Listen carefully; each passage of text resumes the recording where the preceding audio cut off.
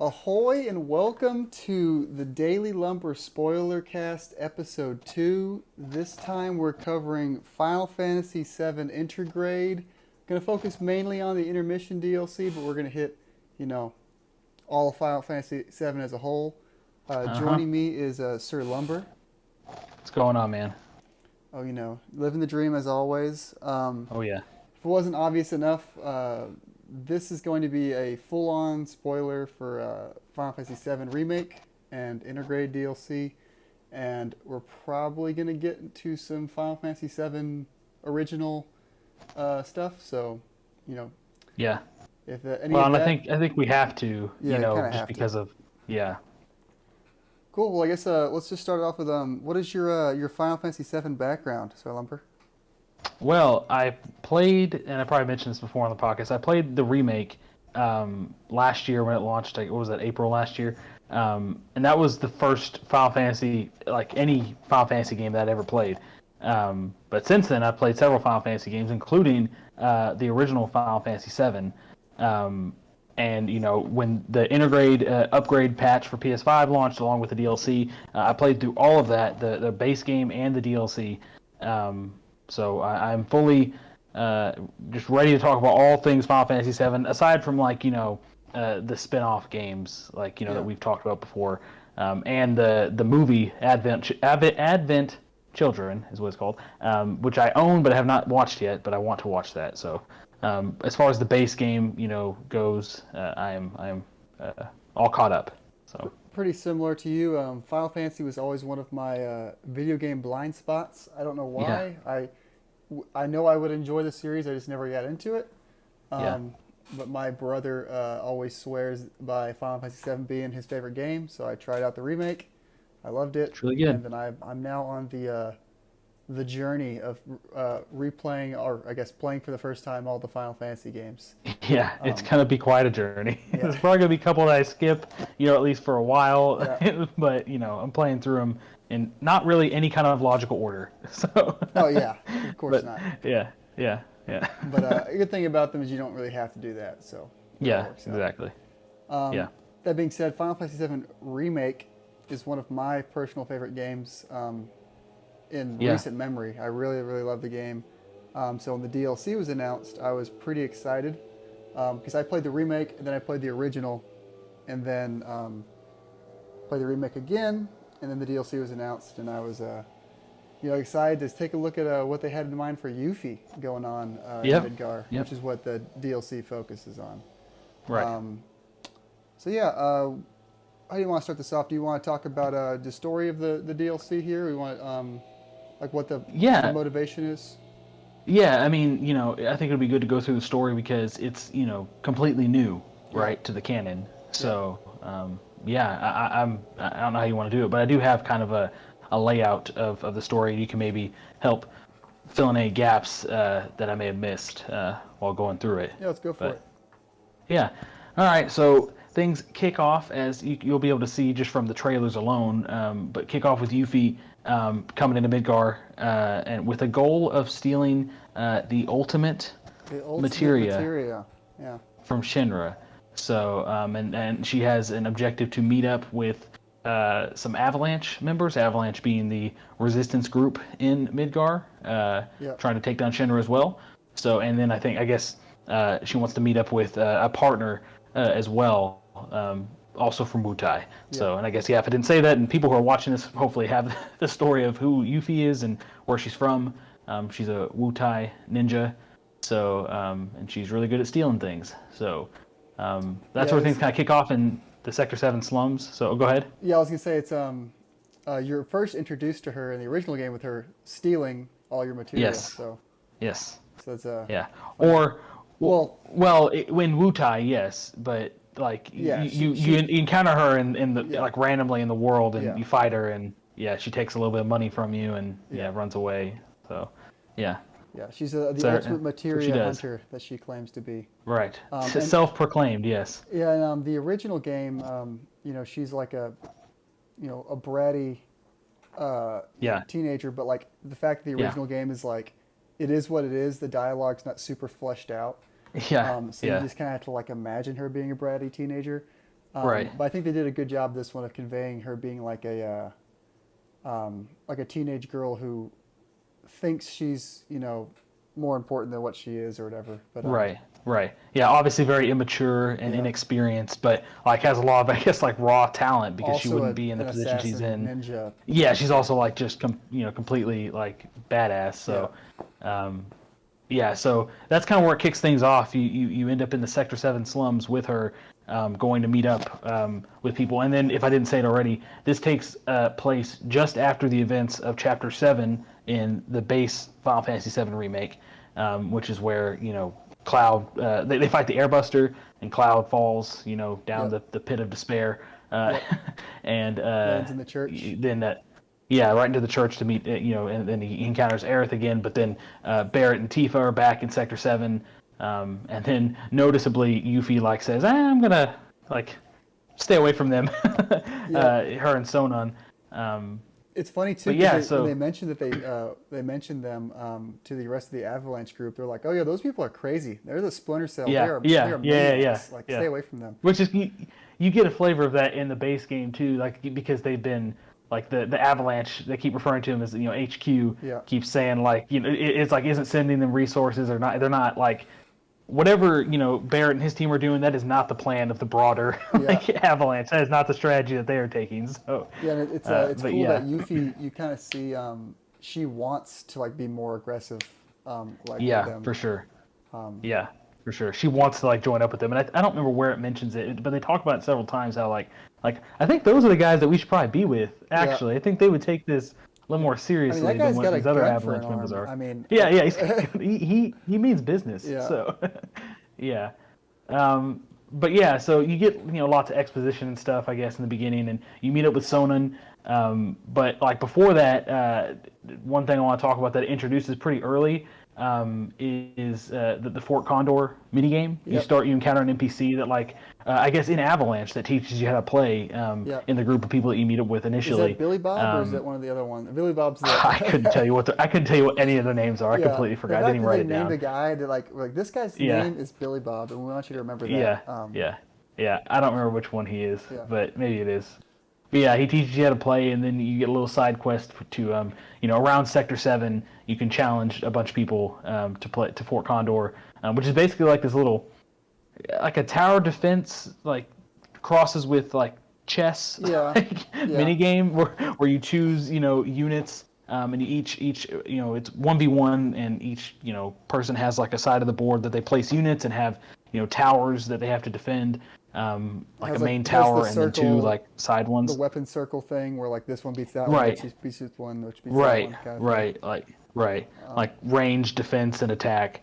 Um, and yeah, so there's like honestly there was more units than I thought there would be, yeah, which is kind of cool. There's like a pretty broad assortment of units to choose from. Um, and I kind of lost my train of thought there, but yeah, it's pretty fun. But the interesting like story, implications here, like the events. Fort Condor, for those who don't know, is a real place in the Final Fantasy VII world. yeah. And there's some stuff that goes on in the original game after you get out of Midgar, like the Midgar section. Yeah. And so it's interesting that they're presenting this as like a little mini game thing when Of presumably that hasn't happened yet. Yeah, it's weird. So Like, there's lots of theories going on. I think I've mentioned some to you. Like, but like, has the Fort Condor thing happened like in the past of yeah, their reality, or has it yeah, not happened yet? And yeah, it's just like yeah. there's a interesting little. Or I is like it happening? yeah, it's Maybe. happening maybe yeah, or maybe Yeah, yeah. I saw some funny things people were talking about like what if you get to Fort Condor.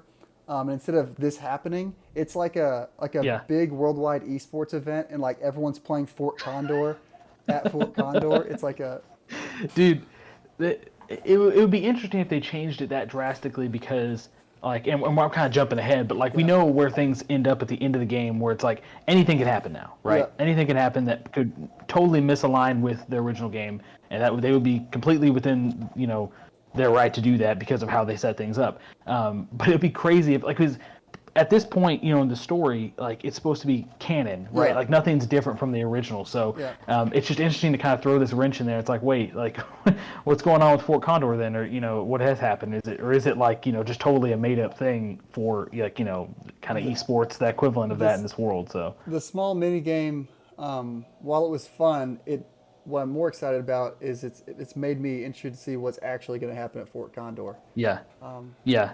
And that was one of the notes I took about this little mini game. And we're kind of harping on this because it is. I think it's a pretty big part of Chapter 1 while you're initially in the Sector 7. Like he wants you to Yeah, play it. well, until you go off, and really progress the story with Sonon. Yeah. Before you get him, this is like if you're someone who like us is going to do all the side stuff, this is a big part of that. But yeah, it quite interesting. But it didn't give me much incentive to keep playing it outside of like what like the main people you challenge, and once you beat them, it's like okay, I didn't want to keep playing it after that. It was fun enough. Yeah. Reminded me of some cool characters too. Yeah. Sorry, what does it remind you? Yeah, you do. It reminds me of whatever that Clash of Clans spin-off game is on mobile. That's what the game reminds me of. Clash Royale, is that what it's called? It is Clash Royale, is what it is. Yeah, basically, yeah. So I'm It's sure fun Square enough. Enix sent a check over to the Clash of Clans. Whatever that company's called. Yeah. Yeah. Yeah, Yeah. you get to see some cool characters. You get to see Jesse, Wedge, Roche, who's like only in one Roche. chapter in the original game, but he's there like looking Yeah. for Cloud, which is funny. Yeah. Um, Practically in love with him. Yeah. It's the way he talks. Yeah. So, yeah. It'd be interesting to see how he turns out in the next game. And that character did not exist in the original game, No. right? Roche, or at least it wasn't shown. Maybe, given how they're telling the story, they have a lot of freedom to be like, oh, like this character was there, He was that but it just guy. wasn't shown. Yeah. Yeah. I've seen some funny things like what if Roche is the guy giving out orders at like the Junon like the marching thing. He's like your commanding pretty funny. officer. And he like, whoa, Yeah, that would be great. It's that guy. Yeah. Yeah. Yeah, but that was fun. And then you also get, what's her name? The thief girl from like the side quest in like chapter 14. She's also one of the characters you could play. Oh yeah. Her name is I can't remember her name. Her name's slips me. I know what you're talking about though. Yeah. Yeah. So it's cool to see all those characters. And then of course the big daddy of them all is Chadley. Chadley himself, the Grand Master. The Grand Master of Fort Yeah. Condor. I did beat Chadley on normal, but on hard mode I didn't even get to that. Hard mode, it's dumb. You like so on normal you just have to beat one of their towers or have a lead. Like if you have like one of their towers and they have 0, you win. On hard you have to destroy their main tower and there's like a time limit, and if you tie you lose. Yeah. And it can't end the stalemate and like go forever. It will tie you at some point and you will lose, and it's really dumb.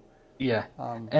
And that's what I had about as far as the incentive to keep playing. It's like, okay, while it is fun enough, I wanted to progress with the regular story, but also like on hard mode, I based on what you had told me, it's like it was bordering on like unfair. Yeah, it wasn't really fun. It was. I'm sure there was like you could like look up like the best combination to go against best each character, but I didn't feel like doing any of that. Yeah. Like you said, there's no real reward. It wasn't like you get like the Fort Condor super weapon at the end of it or anything. So. Right. Right. I don't remember what the reward was for beating the Grand Master like on normal mode, but Materia. I know it was something I wanted. I knew it was something I wanted. Also with Chadley though in chapter 1, you do get access to Rama, the summon, right? That's where you're able to get that. So that was cool. That was one of the things I had listed as like a cool addition was that summon. Now I feel like they could have maybe done like 1 or 2 other ones, but the story wasn't as long enough, Like it was cool, but like I don't know why they took Rama. Could have. Well, I guess because honestly, it would have almost made more sense if in the base game they didn't include Leviathan, which is like the patron like deity of Wutai, and put Rama in his place, and then for this DLC you get Leviathan. That would have made a little bit more sense, but either way, Rama's pretty cool. That's a classic, Final Fantasy summon. Yeah. So. I had a little bit of a tough time on Rama because I did something silly. I know you didn't do this. I didn't realize. No, I know. Yeah, I did try what you did. I beat Rama. I tried it when I just had Yuffie. I didn't get sewn in my party yet. I didn't like consider getting sewn in my party and coming back. So I grinded out Rama like Yeah. solo, and it was like way harder than it needed to be. Yeah. Um, Yeah. but I just treat it like a Dark Souls boss. I was like learning the moves and like trying real hard, and then Yeah. it was very satisfying to Yeah. get it. And then it's like, oh yeah, I just got Sona, and it was the It best. was it was much easier Yeah. like with Sonnen. So yeah. So that was kind of silly, but whatever. I got him, so who Yeah. cares? Um, There you go. so then then in chapter one, Well, there's another side quest. Is it the Happy Turtle? What's it called? The Happy Turtle. oh, I was gonna mention that. Yeah. The Yes. guy's like dancing in Yeah. the middle of the Sector 7. Yeah. You go and you Yep. have to find You have to find his flyers and yeah. That's a callback to the original game. Yeah. There's those flyers you can find in the original game for a side quest for the Happy right, Turtle. which I don't think I ever did yeah, that. it's a pretty niche but I did side go to quest. the I did So yeah, I did go to the bar though. Yeah, because it's the Happy Turtle. I hope we're getting that name right. Is a bar in Wutai that you can Yeah. visit, and there's some funny interactions there. But yeah, that's what that guy is advertising, I guess. So, yeah, that was pretty fun. and I think they mentioned that. I think they mentioned that there is a Happy Turtle like in Midgar or something, like another branch of it, Yeah. but like she can't go. The I don't think, satellite didn't branch. they say something like I'm that? just kidding. Yeah, there probably Yeah, is. satellite I branch. might have missed that. But Yeah. yeah, it was fun. It gave you more reason to explore the slums a little bit, talk to some more NPCs. Yeah. But that was the two main side quests in chapter 1. Yeah, the Happy Turtle and the Fort Yeah, Conroe. because then from there, once you progress the main story, it's pretty linear after that. Yeah. I know there's like an Avalanche character whose name I will butcher. I think it's pronounced more like easier than what it is spelled. Oh, Do you remember how it's Zishi, pronounced? Starts with a Z. Yeah, it's Is it like Gigi? it's like GG, but it's like pronounced ZGJ. Yeah. It's like ZHI Yeah, IJ it's how, or something like that. that's how it's spelled. Yeah. Yeah. But basically, you're going after him because he's getting some ID cards for Sonnen and Yuffie to be able to like infiltrate Shinra HQ. But he's getting chased by some Shinra lackeys. Yeah. And so that you're basically pursuing them through a warehouse, and that leads to like the big boss of Yeah, chapter and 1. let's not forget What the you think of funky that? jazz section where it has that nice funky jazz Oh music. well, that's the whole thing. It is. That was the main the music selling is point is of definitely the strange. DLC. Yeah, funky jazz. Funky jazz, and yeah, then the leading into that boss fight, there's that cool cutscene where it like goes super anime, where like Yuffie's like getting introduced, and she like takes off the Moogle Oh yeah, cloak. yeah, That was Yeah. pretty cool. yeah. I don't know about you, but Right. I absolutely obliterated that boss on normal mode. It wasn't difficult by any means, but it didn't. I think maybe I wasn't doing it as efficiently as I could have, and it just took a little bit longer. It wasn't like a complete obliteration, but I wasn't ever in any danger. I think I was like a little over leveled, and I had Rama and stuff. I like did that Yeah. thing in bosses where you do so much damage to them so quickly the health bar stops while they're like moving through their animation and like their little cutscene. Yeah, that didn't happen to me. I released like this like out of mind, out of body like combo, and just like obliterated Yeah. it, and then then I Yeah. had to wait around for it to like catch Yeah. up. But the boss was Yep. cool. That wasn't a reference to another Final Fantasy boss, was it? That was just a completely new thing there.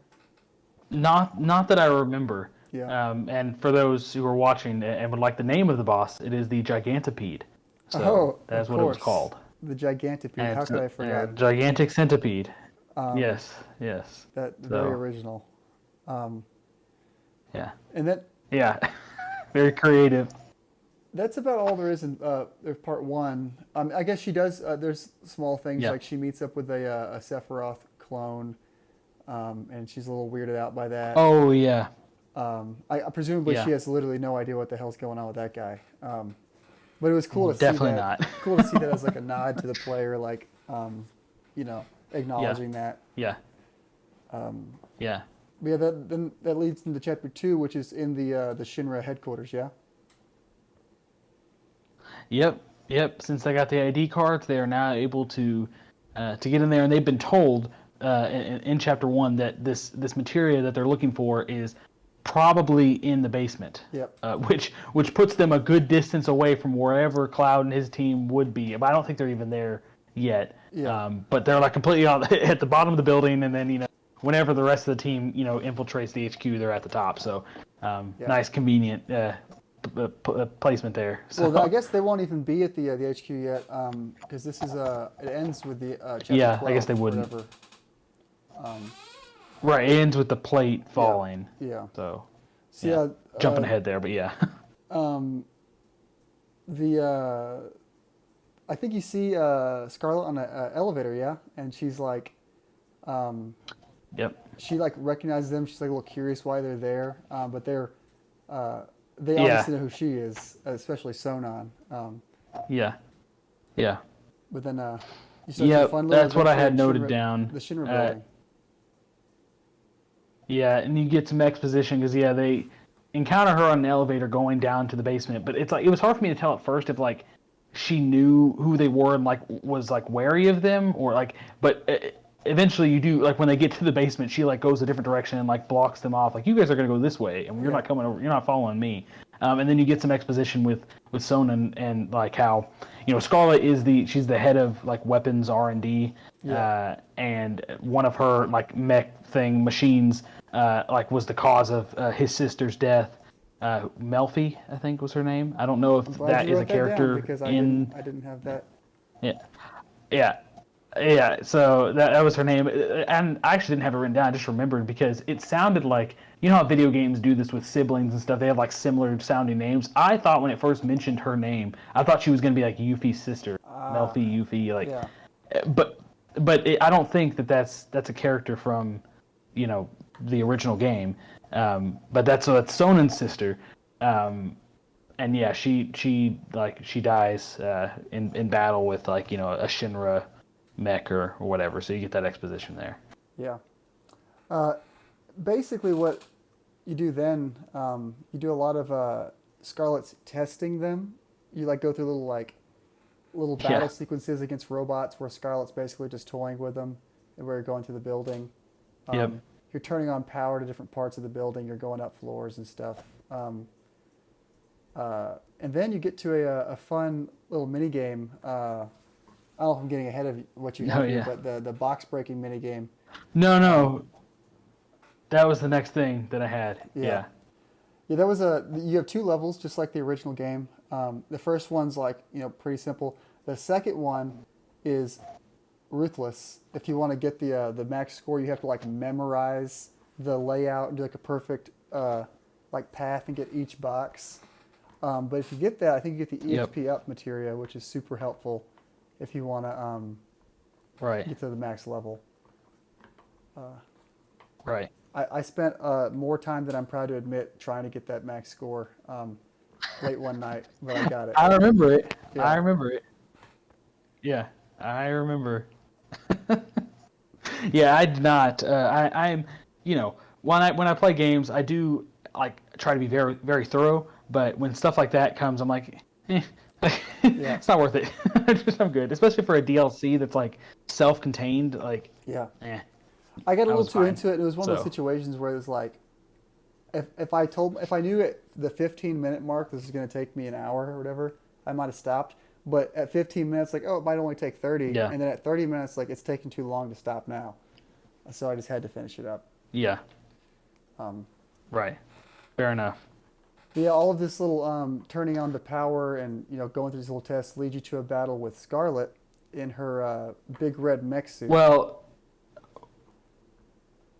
So before that, is that where you're going through the different challenges of there's it gives you choices Sonnen and Yuffie are going through and picking, do I want to fight this enemy or this enemy, and then you pick one and then you go to the next thing. Yeah, so you do that before fighting Scarlet. Yeah, right? You go through these little platforms and you get to pick your fights, which I don't know how different that. I don't know if you have to fight each one just in or if there's legitimate different options, different order. I've only gone through that part twice, so I don't know how unique it is. Right. But that was fun. I mean, it wasn't too difficult. The second time playing through, I actually lucked out. Those enemies, I forget what they're called. The ones that have the annoying shields where you can't hurt them. I like just killed Yeah, them all yeah, before they did that, and I just won that little right, platform, and I was right, like very happy because I hate those enemies. yeah, I'll tell you what yep, enemies did give yep. me I know what you're trouble talking about. replaying this was the armored shock guys. Um, Oh yeah, they they those guys are tough. they were they obliterate you on hard mode, man. They do so much damage if you get caught in one of their attacks. Um, Yeah, and I'm not good about yep, like blocking in this game. I'm like hyper aggressive, so I always just get hit in the yeah, chest with like laser beams. yeah. Um, In every game. in every game, yeah, I've never learned how to block. Um, Yeah, but yeah, yeah, then you get the Scarlet fight, which is pretty cool. What do you think of the Scarlet fight? yeah. That was Yeah, it was fun. Nothing about this, I played on normal mode. I didn't go back and play anything on hard mode, but nothing about this DLC like challenged me too like severely. But this was, Scarlet, and it was called the Crimson Mare. It was Yeah, the name of her like mech suit thing, yeah, and it was pretty cool. I honestly, I've only done it once. I don't remember anything super significant about it. It wasn't very challenging, but it was fun. All the DLC was really fun because the Yuffie gameplay was just so different. The way she played was very different. So yeah, I had a good time with it, and then you get a little bit of story after you beat her, and she reveals that like the ultimate materia that they're there to steal is like it's either not ready or it's like it doesn't even exist yet. yeah, Like whatever ultimate weapon they're looking for, and she's like basically alludes to that they've been prioritized differently on different projects, and I think that is referring to the deep ground stuff, like yeah, that group, and that's what they're working with right now, and that's kind of what has strayed them off of like this ultimate weapon thing, whatever the heck it is. yeah, So, yeah. And before we get off the Scarlet thing, I just wanted to mention I thought it was cool that when you beat her, she's like looking at it and like saying what improvements need to be made to it. Because I'm pretty sure when you fight her in the oh original yeah, game, she's in yeah, that big red mech suit. So presumably yeah, those are like the yeah, things that you'll see when you. I'm assuming you'll fight her again, and finish her off right, in the main game. So that was cool. right, Cool little callback if you knew what was going on. for sure. And I wonder if that will play out any differently, like having Yuffie in the party. Now that they have like a history this time. Right, right. Yeah, they could do a lot of interesting stuff with that, especially because you referred to the original game and how obviously the dialogue wasn't very, you know, Yeah, uh, there wasn't a lot to it. So, um, and some of it was like yeah, poorly they have translated. opportunity to expand on things. Yeah, Yeah, exactly. So they have opportunity to really expand on that, along with whatever things they're doing different. yeah, But yeah, now that they've got this history that is canon, at least in this new remake world, yeah, that'll be cool to see. yeah. And then I don't have the exact sequence in front of me, but I know when you beat her, then it goes to like she basically says like, well, someone's got to go stop the thing over there, and you better go help them, or and that's how she gets Right. I think away. they start hearing some explosions or something. Yeah, Yeah. it's kind of dumb how But she gets away, basically, it but leads some. Yeah. Yeah. Well, and so whatever events lead to Yuffie and Sona end up getting like trapped in one of the Shinra combat simulators. yeah, And then, of course, the control panel's outside and they can't get out. Scarlet or somebody else, I don't remember, locks them in there and they're forced to like fight their way out against some like crazy simulated monster things. yeah. Which that was, cool. It was a good Again, it didn't opportunity present a for them huge to challenge put to me, but a it was bunch of cool. weird stuff rather than just like the same Yeah, enemies. yeah, yeah. Now, I don't remember what it was called, but it was like this big monster thing. Was that a callback to anything? I don't remember like it being recognizable for me. Was it for you? I don't even Or wherever remember. you fight in the combat simulator? I don't even remember offhand what exactly it was. Yeah, so it's probably no. Yeah, It's probably a no. Yeah. But, after that, they get out because they're able to like destroy whatever like robot in there is control is it like operates the simulator. yeah, And they get out, and then they go to the next room. And I guess before this, it has introduced Nero and Weiss, yeah. who are big time characters from spin-off games, Dirge of or a spin-off Cerberus. game. Um, One of the Yeah, more which I have not poorly, played, and I would like to. Games. It's poorly regarded. Yeah, That's too bad. it's not a good game. It's like a third-person shooter starring Vincent, and first of all, the Yeah, story is just like yeah, bonkers, weird, and it's also just like not a great PS2 yeah, game. yeah, But props to them for yeah. doing something different, I So guess. you think we probably, yeah. So you think we probably wouldn't be able to count on like a remake or a remaster of that game? You think maybe they'll just try to wrap in the lore of that game into this remake, like in the So subsequent like iterations of it? so an interesting thing with there's the two other main spin-off games is Dirge of Cerberus and Crisis Core. Crisis Core is about Yeah, Zack, and it's a prequel to Final Fantasy VII. So I think we will see elements of yeah, Crisis Core brought into the part two, like maybe whether it be flashbacks or like little full gameplay sequences. But Dirge of Cerberus happens afterwards, so I think their way of okay, looping in Dirge of Cerberus was just introducing Vice and Nero into the story, and right. presumably they'll be in the part two in some way. So maybe you'll have some Vincent sections where they're Yeah, I'm thinking that.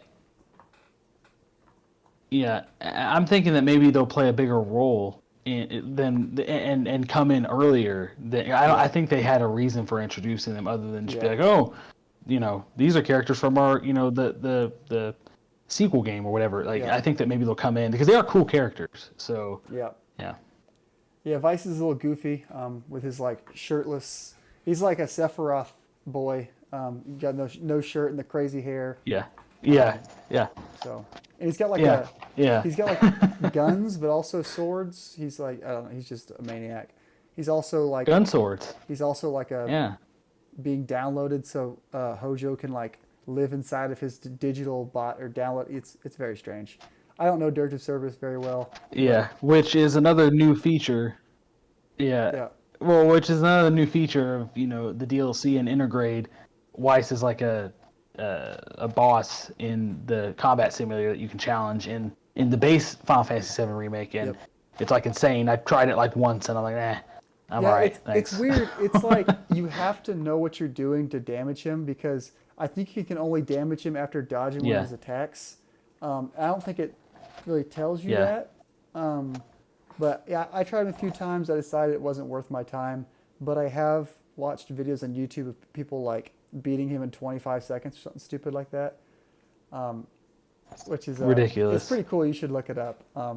They just like they Yeah. they Well, I've stagger seen him some and they just go videos. to Yeah, town with like Aerith shooting spells and all. yeah, It's pretty cool.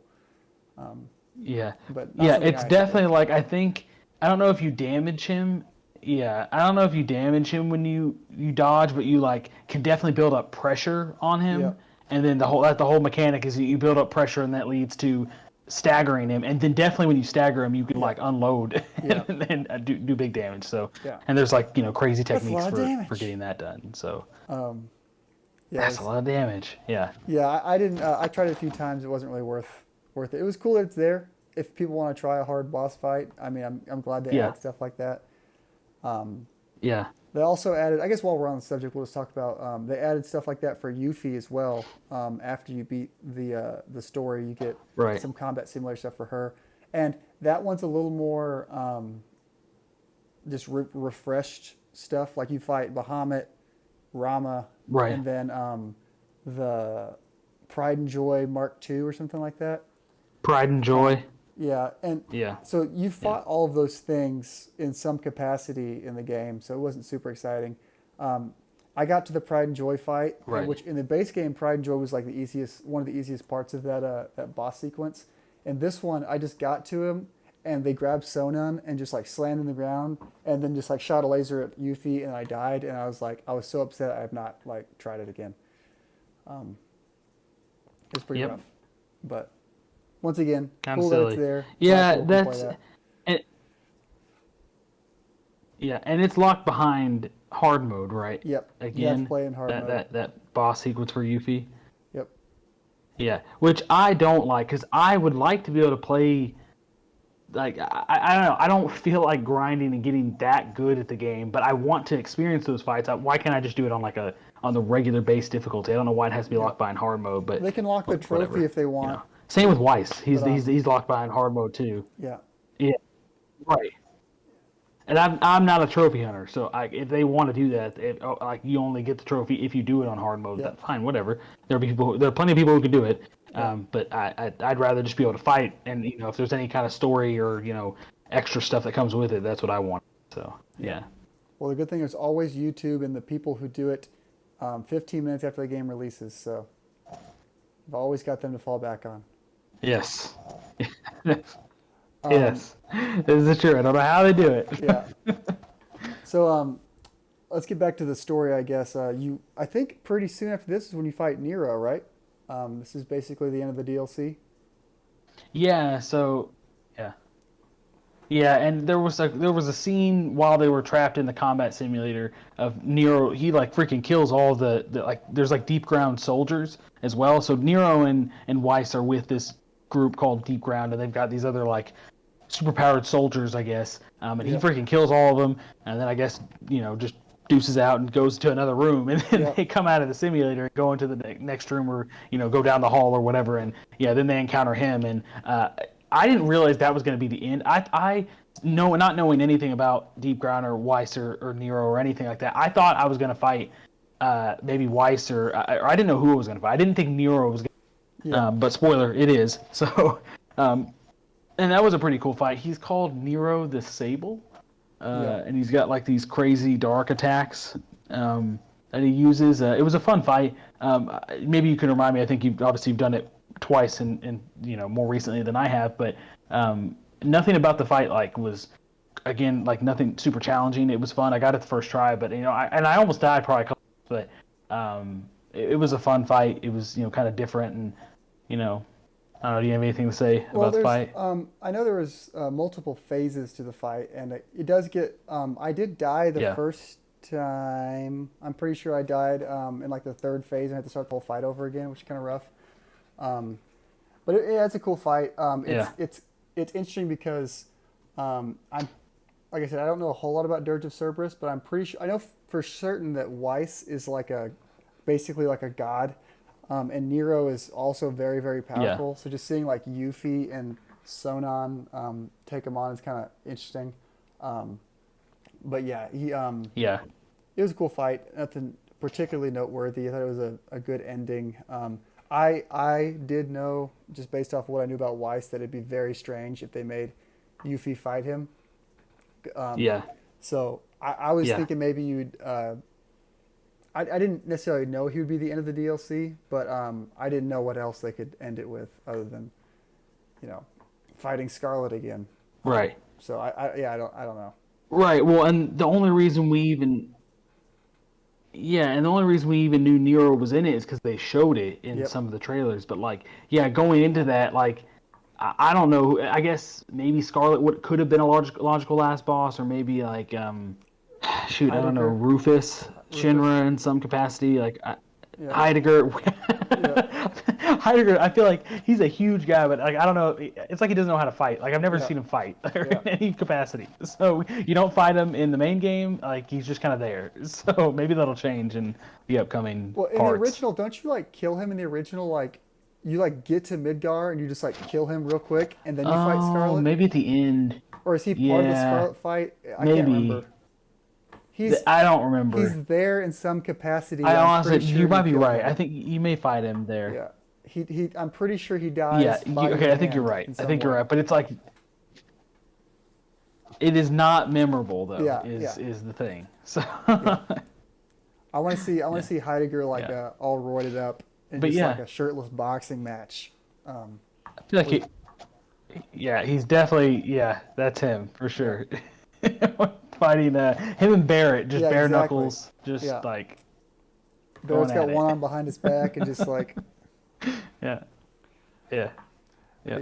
And then so when you defeat, you don't kill Nero, he then comes back and kills Sonon, which is a pretty rough scene. He kills him right in front of Yuffie. He jumps in front of her And she's Yeah. like this close, Yep. and then he like dies. Gets like blood splattered on her face Yeah. and stuff. That Yeah. was pretty rough. Yeah, it was rough. You pointed out to me that there's not any blood shown. There's not anything like that Yeah. in the original game. But yeah, he coughs up blood on her face. Yeah. So like, Yeah. it was rough. And at this point, she went from being like annoyed with him to like secretly he's like a brotherly figure to her. So it was like an emotional Yeah. moment for her to like see him die in front of her. And then she like escapes, of course, and Yeah. he like maybe gets possessed or something. I don't know where they're going with that, but I'm Yeah, it looks like Nero like absorbs him. him or something maybe weird. it's like a Dark yeah. Sonon will be like a fight in the next game, and then Yuffie has to like kill Dark Sonon or something. Could be. Yeah. Yeah, I have a feeling that maybe we haven't seen the last of Sonnen because he's just he's a pretty big character at this point because because of his involvement in the DLC and that being a canon part of the story now. I bet they could do something like that where he's like possessed or like controlled by Nero in some way. So that's why I think Nero and Weiss and all that stuff is going to be a bigger part of the upcoming parts of the remake. So Yeah, I'm interested to see how they handle that. Especially like I said with Weiss, because Weiss is like another like Sephiroth level threat. Like he's very powerful. So maybe they're planning on using him in a more serious way. I don't know what they'll do because he's like in the original lore he's not involved yet. It's until after Final Fantasy VII. But now that everything's free game, I wonder if they'll try to loop him in there somewhere. As like a right, they totally could. And then we'll talk about like the very, very last cutscene of the DLC later. Yeah. But it does end with Yuffie on a chocobo, presumably heading out into the open world to meet everyone else. Well, and before that, don't want to forget to mention she does like witness the Sector 7 plate like collapsing and all the fire and just explosions thing, and everything, and so you just think that just fuels her. Yeah, but you can imagine that probably just fuels her in her drive to really defeat Shinra at this point, rather than just like steal from them. She obviously does not like them. So we'll see. Yeah, we know her involvement in the original story. I'm glad you brought that up because that was a weird moment for me with like Sonnen dies and it's a really heavy moment, and then the plate falls. That's a really heavy moment, and then it like immediately cuts to her just like whistling on the back of a chocobo, like it was like a very jarring switch in emotions. Like, I wonder if she's like a little screwed up. I feel like they now, could have done a or little if bit she's just, more like, to like. Yeah, I feel like they could have done a little bit more to like transition her out of Midgar. And, like it was just her. Like what was if you really think about it, what happened in her story? Like what did she achieve? Nothing really. Not a whole lot. Like she went in there and poked the bear and then left. So that was it. Yeah, well, so, it was fun. It was a cool story though, and it was a cool little addition. One way to look at it was within the bounds they've created, they couldn't make her do too much because at that point it's still like within the lore of the original game. So presumably all that stuff could have happened originally, and you just never were privy to it. So I think they didn't want to do too many like exaggerated changes. So yeah, she basically loses for the most part. She doesn't really actually accomplish anything. Right. So, I mean, like you said, it was cool. It was a cool addition. Getting some insight. You get to see a new a character earlier than I thought I was going to get to see a character. And it was fun. I think it was a good time. Yeah, I agree. I think of all the characters that they could have, made a DLC for, I think this one was a good one to choose. I think they did it well. Knowing what characters are left. Since we're, all spoilers here. Vincent is like technically just chilling in the coffin somewhere. and he wouldn't it wouldn't make sense for him to be involved at this point. Red 13 is going to be with the rest of the group, and as far as the regular story goes, you can't really change what's going on with him. Who's the other guy? Sid. His name is Sid. I knew it started with a C. Yeah. So I don't know what his deal is. I don't think it would have been a compelling story, though. I think this was a good character to choose for this DLC. Yeah, and she was fun to play too. She had a really good variety of like fast melee moves, and then some range, and like some really cool skills. Yeah. We didn't talk about like her abilities where she can like the ninjutsu. She can switch between fire, ice, electric, and wind, which is cool. Right. To like whatever the weakness was that they needed to use. Which I appreciated that because it opened up a little more options for you as far as your materia like loadout was concerned, because you didn't have to be so concerned with like covering your bases with the elemental stuff, because you're like, I can take care of this with her ninjutsu, because you can change the element that it's using. So I did really like that, and I used that probably more than like the regular like just combat. Like I would always just throw the star and just start doing it. So I thought that was a really cool addition. Yeah, exactly. Another. So that was fun, and we didn't really touch on. Or go ahead. I was gonna say the Sonon. I'm sure that's what you're about to say. Was the Sonon thing, the pair up? While I didn't fully like, I used it. Obviously, it tells you how to use it. I didn't like really dig down into like how to optimally use it and when not to, and when to the perfect combos and stuff. But I am excited to possibly see some pair up mechanics and some pair up attacks in the future games between like the main characters. Right. That could be a cool thing. Like if like Cloud could throw Tifa up on his sword, and then Tifa could like laser kick down onto the ground on somebody or something like that. Yeah. They could make for some cool attacks. I feel like they would be missing like. Yeah, I think that they'd really miss the mark if they didn't do that. Now that they have introduced it, like, and it'd be really strange if they didn't do it, because they purposefully introduced a character in this DLC that you couldn't directly control. You could give him commands, and you could do the synergized attacks like we're talking about. But I don't know what the logic was for that necessarily, unless they just didn't have the resources to fully flesh out like two characters. When in the base game you could control every character exclusively. If you wanted to control Tifa, you could be Tifa every time, unless she wasn't present in the party. So but yeah, I think they should take that and carry it. That would be because I enjoyed using that stuff. Kind of OP if you think about it. Yeah, it got pretty broken. Like I said, I think when on that first boss fight, I did some magical combination of button inputs that I didn't understand. I just obliterated it. It just died. So I probably couldn't do it again right now if I tried, but it worked out. Any other final thoughts on the intermission side story?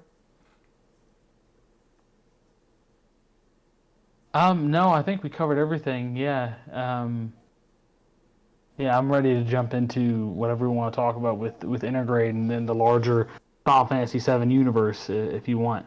Well, that sounds like a good time. All right, so now I guess we'll talk a little bit about just like a small section about just the game as a whole, Remake as a whole, and the things we like, the visuals, the music, gameplay. Because we talked about the DLC a little bit. We didn't talk about like the game as a whole as a game. So I thought we could. Yeah. Well, and it's been out for a little while, so. It has been out for a little while. I know everyone's been patiently waiting on my thoughts. Yeah, patiently waiting for the Dailey-Lumber take on this game. Yeah. See, it's just base game and DLC. Obviously it's a lot of the same gameplay. Visuals are the same for the most part. I think this game is one of the. It's weird. It might be the best looking game in some aspects, but I don't know if it's the prettiest game because you spend a lot of time in like dark areas and slumps. But as far as like the visuals and like the fidelity of some stuff, I would say it's up there with some of the best stuff I've seen. And obviously, when giving this title to a game of best looking, we're looking at there's not many games to choose from right now. But it's going to be on PS5, right? I don't know if Xbox is anything that can compete right now. I don't know, But Flight this and Simulator's something pretty like good looking. that's true. That is true.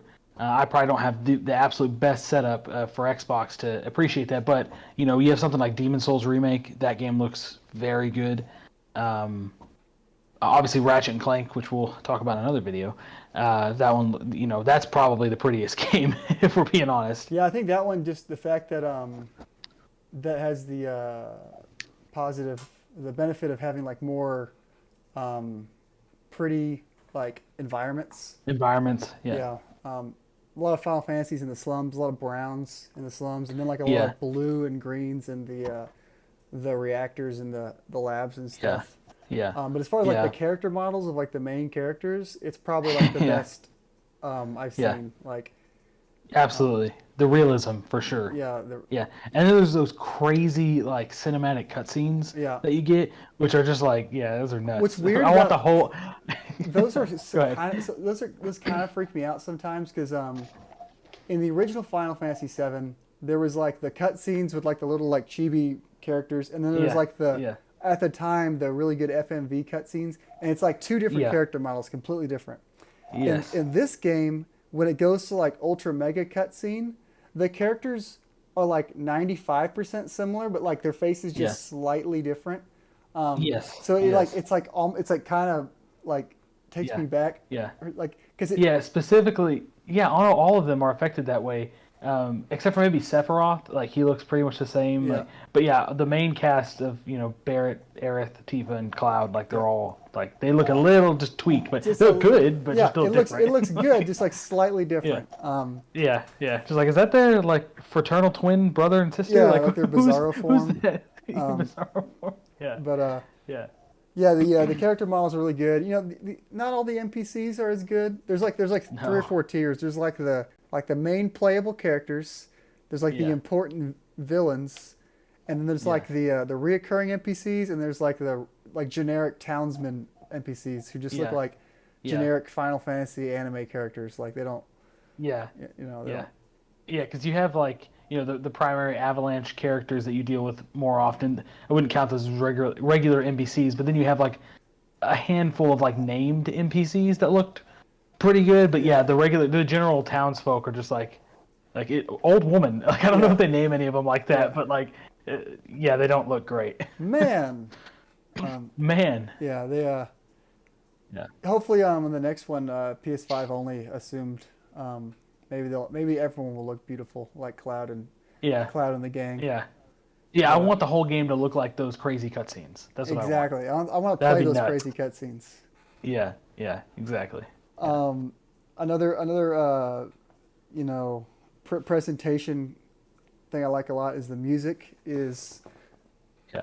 I mean it's hard. It's on this. It's easy to say it's my favorite video game music. Like on the spot, I can't think of anything. I'm sure there's some Zelda music I like a lot. And Yeah. there's music out there that I like all sorts of video game music, but like Final Fantasy VII's music is consistently very, very good. And the Yeah. quality in the remake is good. It has like the orchestral Yeah. playing of it and everything. And Yeah. the classic Final Fantasy interlude is just like really good, really well done. Um, Yeah. Even if you're not like a Final Fantasy fan, I would recommend just like listening to the Final Fantasy VII music Just in listening to general. the soundtrack. Yeah, because Yeah. it's really good. I do it with Persona sometimes. If I'm like Oh yeah. bored and I have some like music in the background, Persona 5 has some good Yeah. music, even though I haven't played It Persona is 5. good. Um, Yeah. Well, I played like 10 hours of the 100, so yeah, you're almost I can there. appreciate it. Yeah. Yeah. Yeah. Almost there. Yeah. Um, the gameplay of the game is solid. I really like the action, like it feels like a means to an end. Like the regular square hitting people, it feels like you're just doing Yeah. that to be able to get to your abilities and spells. But Yeah. I To be able to still, use your ATB. it's Yeah. better than just waiting to do it. Like That's true. so. It's different. Instead of waiting for a certain amount of time to elapse, you wait. You get a certain amount of hits, I guess. Yeah, You you know. hit and dodge and Yeah. stuff. I love the when you go into your options menu or your ATB menu, whatever it's called, and like it slows down. That's super awesome. I never got over that. Yeah. Um, Yeah. Oh yeah. uh, I like the character customization with all the weapons and the. I mean, sometimes the skill trees are a little bland and repetitive. Like Yeah. magic It's plus just three. attack plus 5%. Yeah, Yeah. something dumb like Yeah. that. Every now and then you'll get something cool. At least looks cool as far as the skill tree goes. Yeah. Yeah. Uh, Yeah. And it wasn't available in the original game. There was no weapon upgrading, right? oh, you're That I can talking like remember. It was just original. Yeah, yeah. You just bought a yeah, yeah, weapon yeah, and like the next one was basically better. Like the Buster Sword, there yeah, was no reason to use the Buster Sword after like yeah. the first couple hours of Oh the game. yeah. After you get literally the next weapon, it's like Yeah. okay, I'm just gonna use this Yeah, one that was now. one thing. It's kind of but It's kind of a weird complaint of the original game. Like the Buster Sword's like an iconic sword, but everyone uses it for like 30 minutes. and I guess it is iconic because like I'm sure it was like recurring in those cutscenes that come up Yeah. like just like in the remake, whatever sword you're using in those crazy cutscenes, it's going to be the Buster Sword on Yeah. your back. Like that's no matter Yeah. what. So I'm just thinking about like how did it become so iconic when it was used? Unless people just liked how it looked and just freaking Ran with it. they just Yeah. they just brute forced it and like dealt with it. But I did Like, like that just funny. the weapons because like it's a JRPG trope that like there are some weapons that are just objectively better. Like you just get the next weapon Yeah. that's better than this one and better than that Yeah. one. I liked that Yeah. this game gave you the weapon choice was more like a stylistic choice. Like, do you want to go more magic or do you want to go brute attack? A Right. good mix. I liked that every weapon Right. was usable and had end game potential rather than just, you know. Yeah, you could get by with any weapon in the end game, even probably like the nail bat. Yeah. You could probably still There's get by with it because it probably gave you. some nail bat If I remember main correctly, classes. yeah, I'm pretty sure it gave you like a lot of HP, like a lot. Yeah, I think it was HP and So, crit is what it gave you. It yeah, had like really yeah, poor. and it did materia end on up giving you like 6 materia slots. Is what I remember. I Like, think I like think 5 or most 6. most weapons, if not all, do at the end. Like if you Yeah, get the full yeah, weapon upgrade. yeah. So it's still viable. Yeah, You know. yeah. I mean, early game when you're playing, when you first get the nail bat, you don't have any material options, so I didn't use it. But Yeah, I didn't ever go back. you to can use upgrade at it the pretty end of quick though. the game. No. Yeah. Let's see. I wasn't big on the nail bats like triangle attack. You like wind up. Whammy! Yeah, I wasn't big on that one, but and so obviously you're locked into that as the triangle attack. Yeah. Not it's if you're using that weapon. So I was yeah. As far as the complaint of the game, everyone always talks about the game feeling padded. I don't know if I ever felt that way. I think I genuinely enjoyed my first playthrough, like the whole way through. Sure, there was like pointless side quests, but I kind of expected that. Yeah. You know? Yeah. Like that's just kind of a Yeah. thing that I've grown to expect out of a JRPG. Like, go find the cats in the town. Like, Right, and there weren't that many of those. Like there Yeah. were a lot of side quests where, like, I guess the end result was like you find an item and bring it back to a person, but there's like an interesting enemy to fight along the way, or a there was joke completely or optional something, stuff. something that made it worth it. Yeah, yeah, and there was a completely optional thing. I think is, and you can correct me if I'm wrong, but towards the end of the game, like the last like open world section, you fight like that behemoth thing in Oh, the you like go back. underground. Yeah, you go back and fight it. Yeah, isn't that optional? Yep. I'm pretty Like sure it's because yeah, I think you fight it. yeah. I think you have to fight it at one point, but you can refight it. Is that how it works? Okay. Well, you only fight it once. You only but, fight it once. like, Okay, I thought you fight. I thought you I fought thought- it in the chapter 13 with like Barrett and Tifa. But you fight something with Barrett and Tifa. I can't remember. No. Yeah, That's the that's big, not that's not big that. monster That's man. yeah, Okay. yeah. That and then Cloud comes in at the end, like, and gets the convenient like last hit. Okay. Yeah. Yeah. If Okay, you I remember. remember now. Yeah. He like finishes it off. Like, oh, about time you showed up. Yeah. Classic convenience, story convenience there. So overall, I mean, as far as like where this game lands, I said earlier that it's like one of my favorite games ever. I do think this is like one of my favorite games ever. Just experiencing it as far as the game and then the presentation of the music and the visuals was really cool to me. And it's got me into Final Fantasy, which it's a series I always knew I wanted to play, but I just never found the time to get into it. I've played like 4 of them now. I'm gonna try to play all of the Right. mainline ones. So yeah, I really I'm really excited for part 2 and to see where this game goes. Yep. Yeah, me too. And they're doing some interesting stuff, obviously, with the story, and changing things in ways that people don't really understand yet. But Yeah, um, let's yeah, just looking get forward into to it. that, I guess. Speaking of part 2, Yeah. um, Yeah. I figured we'd give some of our thoughts on what could be going with the story, what we want to see in the next game, and then what the ending of the first game means. Both the first game and the post. Is it not? Is it a post credit? The It cutscene is at the end post of the credit. DLC, whatever it is. Yeah, but it ends up being obviously so we can talk about the main game first, and then basically just look at that as a continuation of the end of the remake because Yeah, it puts it like after the events of the whole game. So is yeah. what that post credit scene is. So So basically, just I'm sure if you're watching this, you understand what's happened. But the end of the game, your player characters, you defeat like the entity of fate itself. So now yeah, presumably everything's free game. They're not bound by the story of the original Final Fantasy VII, and they right, show that at least in some capacity by Zack surviving the battle outside of Midgar with the Shinra soldiers. yeah, Obviously the biggest question that everyone's talked about is he alive? Is it a dream? Is it in a different timeline? How did he survive? Et cetera, et cetera, et cetera. Um, yeah, and I thought we could give some interesting, at least what we thought about it. Because at the end of this DLC, they do show Zack going to the church in Sector 5. Is it Sector 5? yeah, yeah, yeah, And he opens the doors, and there's a bunch of people in there mourning. He says he's looking for Aerith. yeah, And I think I've gone multiple ways with that cutscene. Like, since watching it, it was like I kind of thought I knew what they were doing, and then I was confused, and then I thought something else, and now I'm just confused again. And I think they're purposely living it ambiguous, to like yeah, make people talk about it. right, I read some translations after the first game came out. They were like looking at people's responses to the ending and like interested to see what people thought. They were like paying attention to the yeah. I'm discourse sure. and like what people thought was going to Yeah, happen. So I'm sure they purposely made this next cutscene the same way so they could do the same thing again. yeah. You have any fun predictions? So Is Zach in a new timeline? Is he in the same timeline?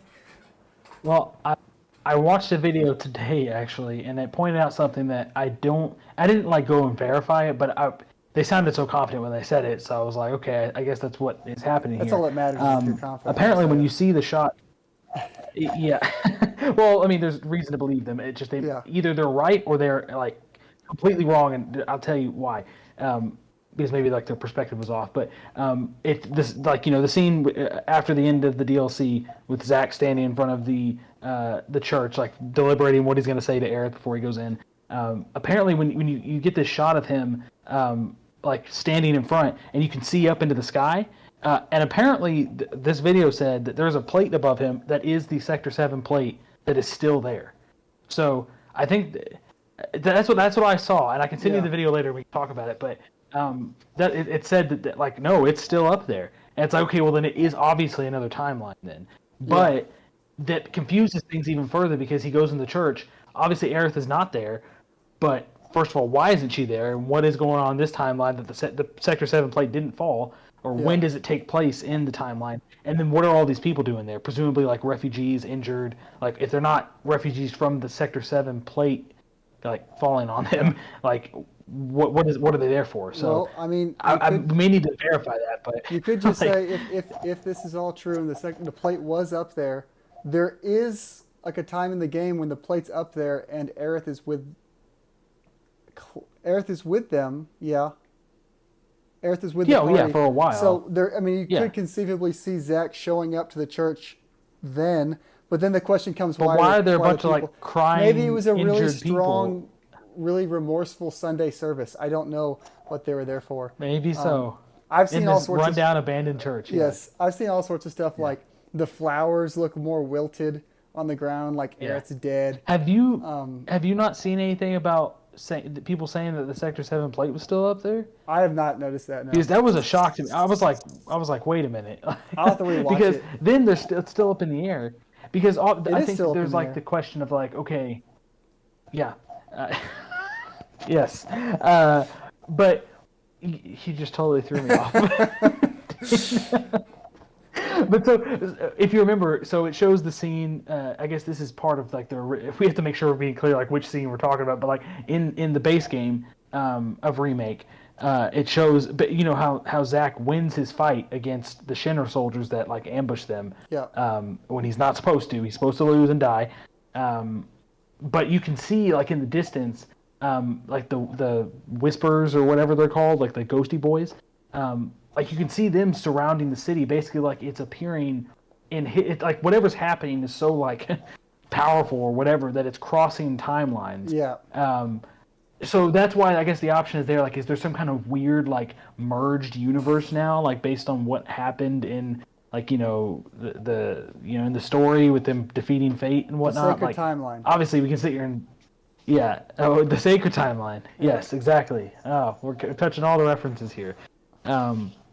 But yeah, so when I saw that video today, I was I didn't. It was the first that I had seen of someone pointing out that the Sector 7 plate was still in the sky. So obviously we don't know what point in the story Zack is there at the church. Like, and Aerith could be gone for a number of reasons. Those people could be there for some other reason. But I had always just thought like he was there still, like whether he was in his own timeline or theirs or church timeline, he was like post the events of the plate collapsing. But I guess that's not true. Yeah. So, this could all just be a red herring. It was like confusing. If it is like a new timeline, he could have gone there immediately, like right before the events of the game even happen. Yeah. Yeah. There's no telling when. It's more. I think they more did this just to like make you wonder where Aerith is in Zack's timeline, I guess, or if maybe. Yeah, but it has to connect back in some way and impact the overall story. Otherwise, why are they showing us this? Why is this like? What is the connection? I don't think they're just confusing people tie together. Yeah, I don't think they're confusing people for the sake of confusing people. They have something in mind. Whether or not it makes any actual sense remains to be seen. The biggest one for me is as far as like confirming, quote unquote, that it's a separate timeline is the Buster Sword. Because Cloud does have the Buster Sword the entirety of the base game.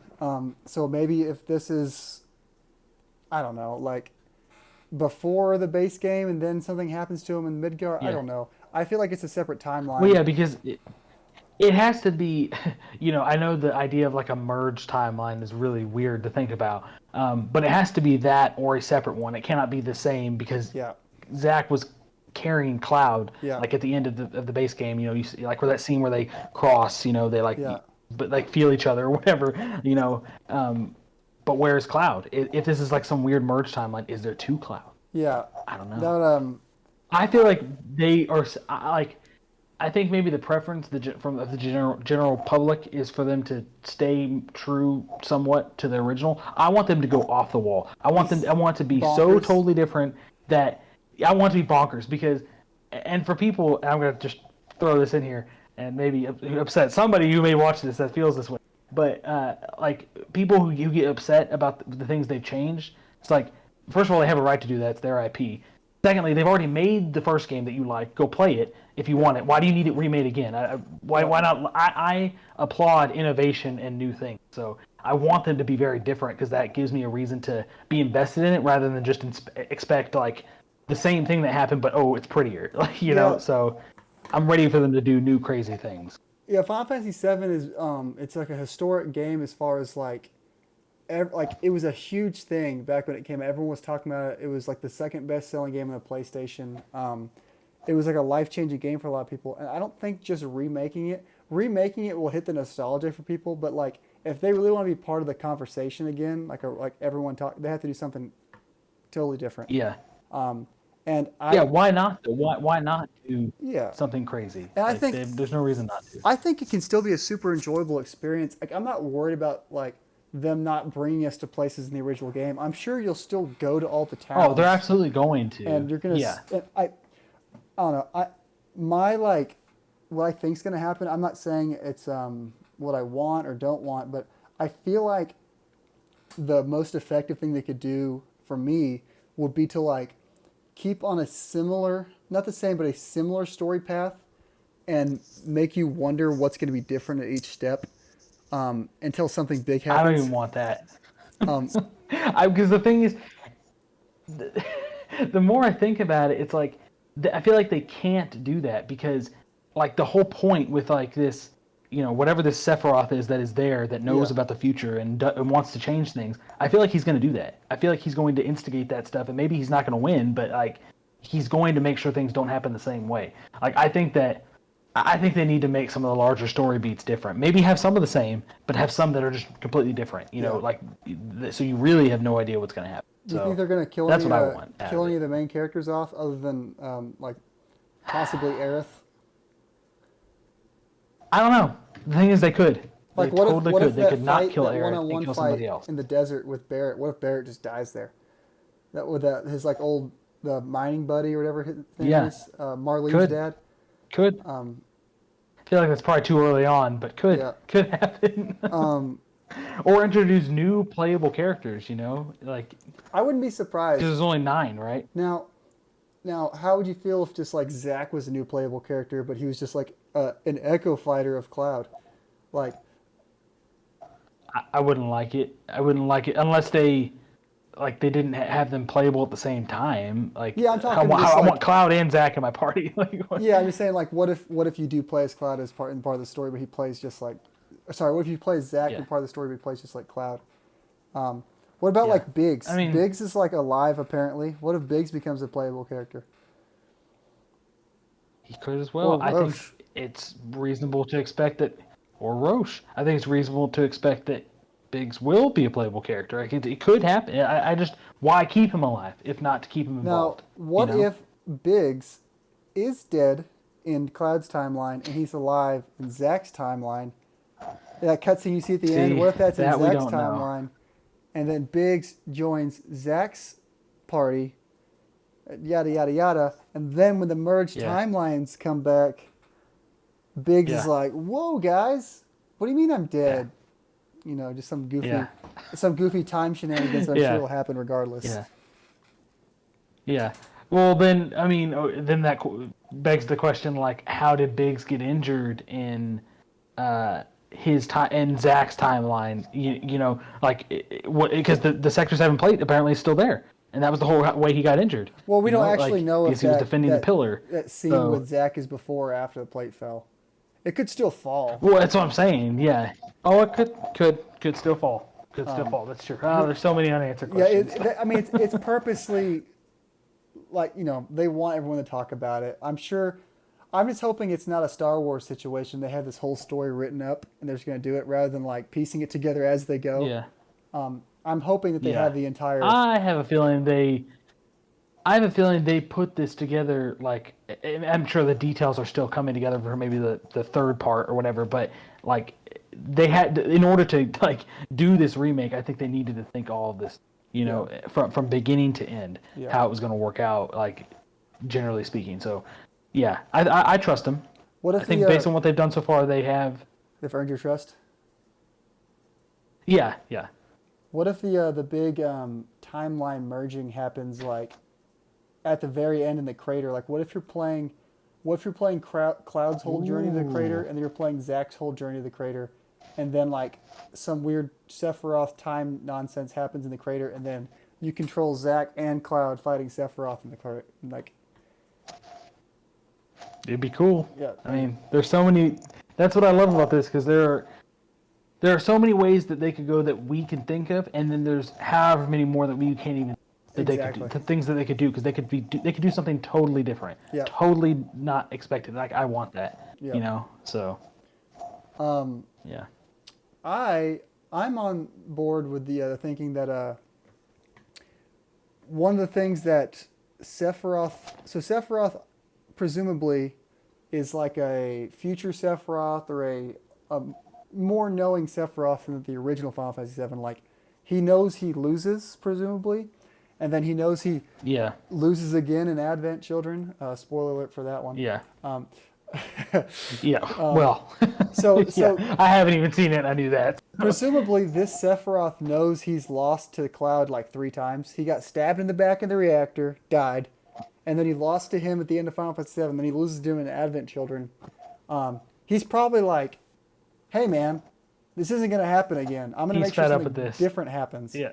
Yeah. So I'm of the mindset that he doesn't want to kill Aerith at the what's the Temple of the Ancients, City of the Ancients? What's it called? Yeah. I feel like he's gonna. I think it's the City of the Ancients. Yeah, I feel like he's gonna mess with Cloud's. He's gonna keep implanting those like scenes of Aerith dying in Cloud's brain, and he's gonna try to trick Cloud into saving Aerith there, and he's gonna kill Cloud there. That's what. Oh, nope. Sorry, Siri just said, "Hey, kill Cloud there." I'm not sure exactly what happened there, but whoa, Siri, Siri's becoming sentient. Like, I'm not sure what you mean by that.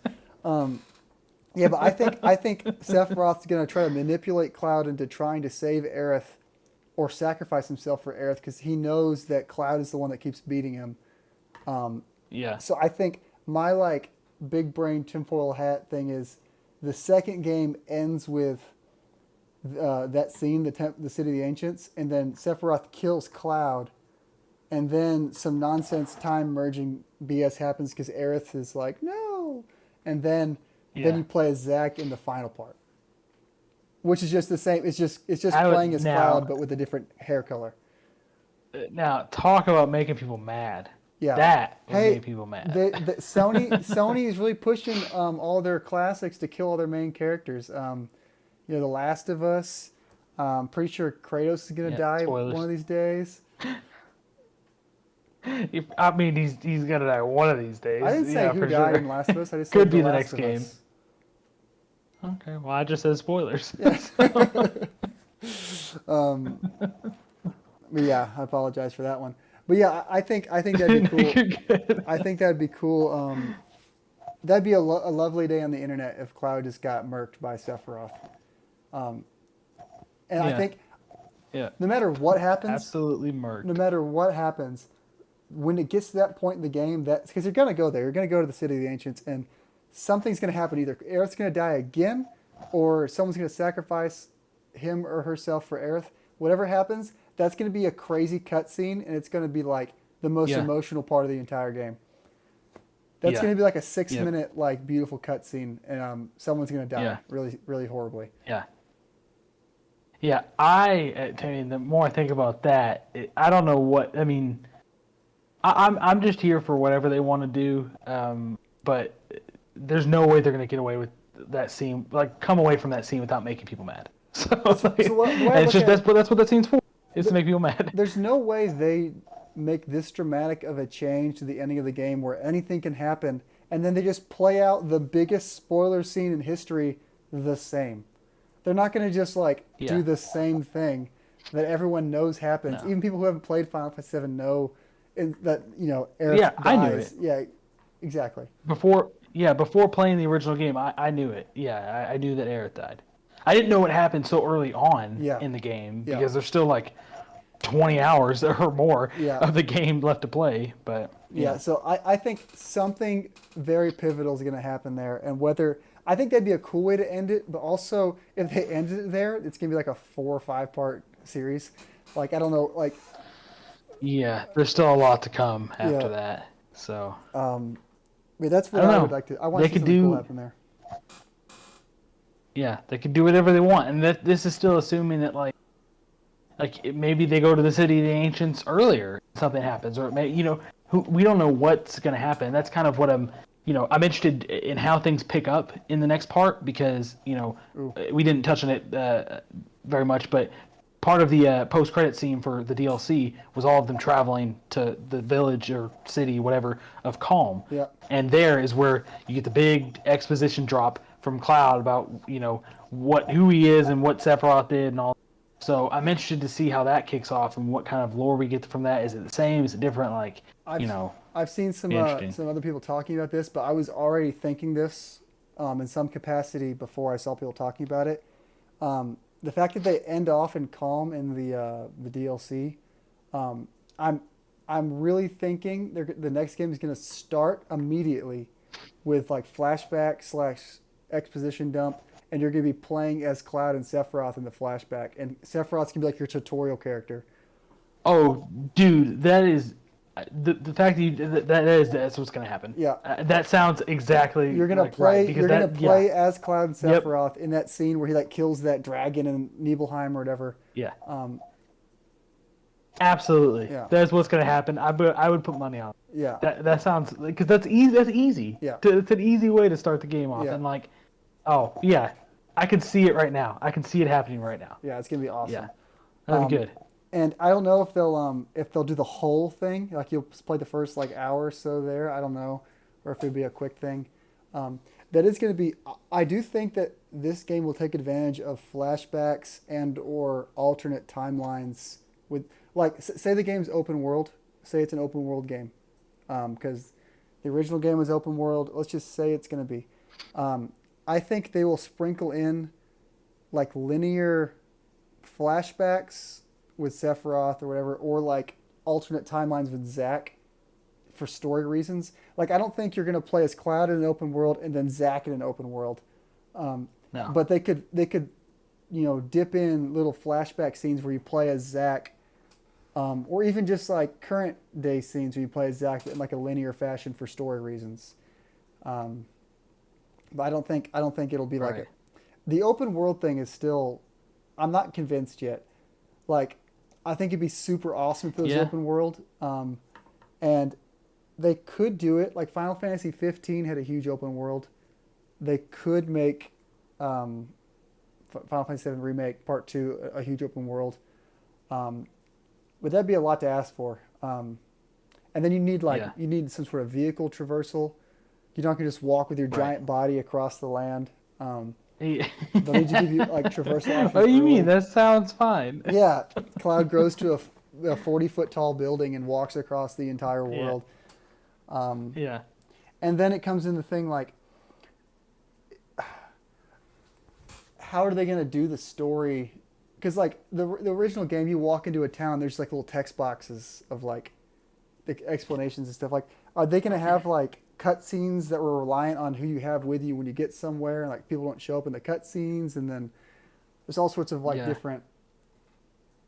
I was I was thinking about that too. How they were once they expand the number of characters you're able to use, but still limit it to three, I guess. What does that look like from a gameplay perspective? Because like, yeah, and then like the cutscenes and everything. Is everyone still with you? They're just not there unless you put them in your party. But Yeah. that, I mean, I guess other They're in the that too, background, like, but it'd just be yeah, you can interesting. do it. Yeah, go, Um, go. Yeah. I also wonder if like characters like Vincent will be optional still. Like, do you think they're gonna let you walk by Vincent's coffin and not open it up, is he going to It's have? like glowing. Yeah, because I feel like he's going to be Yeah. in the story, especially with all this. What's it called? Deep realm. Yeah, Deep ground. deep underground, deep ground, whatever it's called, deep ground. All that stuff that like related to Vincent. Like they're not going to just bring that up and have Vincent not be a mandatory character. Yeah. And then, you know, they could add new characters that are missable, new like playable characters that are, Right. you know. But I think obviously we will get at least the same original 9 playable. I don't think there's any worries about that, and then possibly more Yeah. playable characters. Right. But I'm really excited for it. But I want it to be like the next game to be like a huge 150 hour, like all of it. Me too. But I feel like Yeah. it's not gonna happen. There's gonna be like at least a third one. Yeah. But I don't know how you end off, because it's easy to like pick a point in the original story where it could end off. But if they change the story, how are you gonna say where it's gonna end? Yep. It's true. See, I don't know what I want, but I'm excited for it. When do you think we'll Yeah. start seeing it? You know, man. Well, we've got Final Fantasy 16 coming out presumably next year, I guess maybe. And then there's like other stuff they're doing, with the Stranger of Paradise, Final Fantasy Origin or whatever it's called. Check out that sweet gameplay presentation. I think there's just yeah on our YouTube channel, but yeah, I don't know. It's hard to say when we're gonna get this. It may not be until like 2023 or something. I don't know. Yeah, I think 2023 is a good worst case guess, and then they can like have the end of the PS5, like the Hallmark game, in like 2027, be like this Yeah, ending of the Final Fantasy remake trilogy or whatever they want to call it. man. It sounds like so far away. Yeah, it does. It does. You have any other fancy speculative guesses on what's going to happen? Reviewing my notes here. No, we've pretty much touched on everything. I think. Looking forward to it though. think, Hopefully we see it sooner rather than later. You think Knights of the Round are going to be a super boss? I think that was your theory, and I think it could totally happen. Not a Chadley VR It would not boss. be We fun, want probably. the actual thing. In that giant cave you walk in to get that materia, they're just like lined up around the room. And it's like an Indiana Jones thing. Like once you touch it, they're like all. Yeah. Yeah, I could see it happening. And that'd be an awful boss fight. But I'm looking forward to it. Absolutely. Well, But imagine that as a summon, though. Like what that would look like. You just have like a mob of people around running around. Yeah. Of knights. Like they're all bonking with the hammers and stuff. Like, yeah. the summons are gonna be fun. Like, what's gonna happen with like all the Bahamets? Like, you're just gonna keep shooting lasers from space? Like, what's that gonna look like? What do you? Yeah. Are they gonna do the same thing? Is Sephiroth gonna have an attack in the last game that like it shoots through planets for some reason? Like, Right. I don't know. Yeah. Some goofy stuff. Who knows, man? Who knows what they could do? Oh, I forgot one thing. One more quick thing, or two more quick things. First one, I want to be able to raise Chocobo, and I want it to be like a Pokemon game. I'm gonna like min-max their breeds and like their colors, and I'm gonna have the ultimate Chocobo. And I'll spend hundreds of hours getting one. And then the second thing, I have like pretty high expectations for the Golden Saucer. Like, if there's not 50 mini games there that I'm going to waste all my time on, and there's not a trophy for each one of them for me to get, I'll be upset. Yeah. Yep. Agree. I think it can be a good time.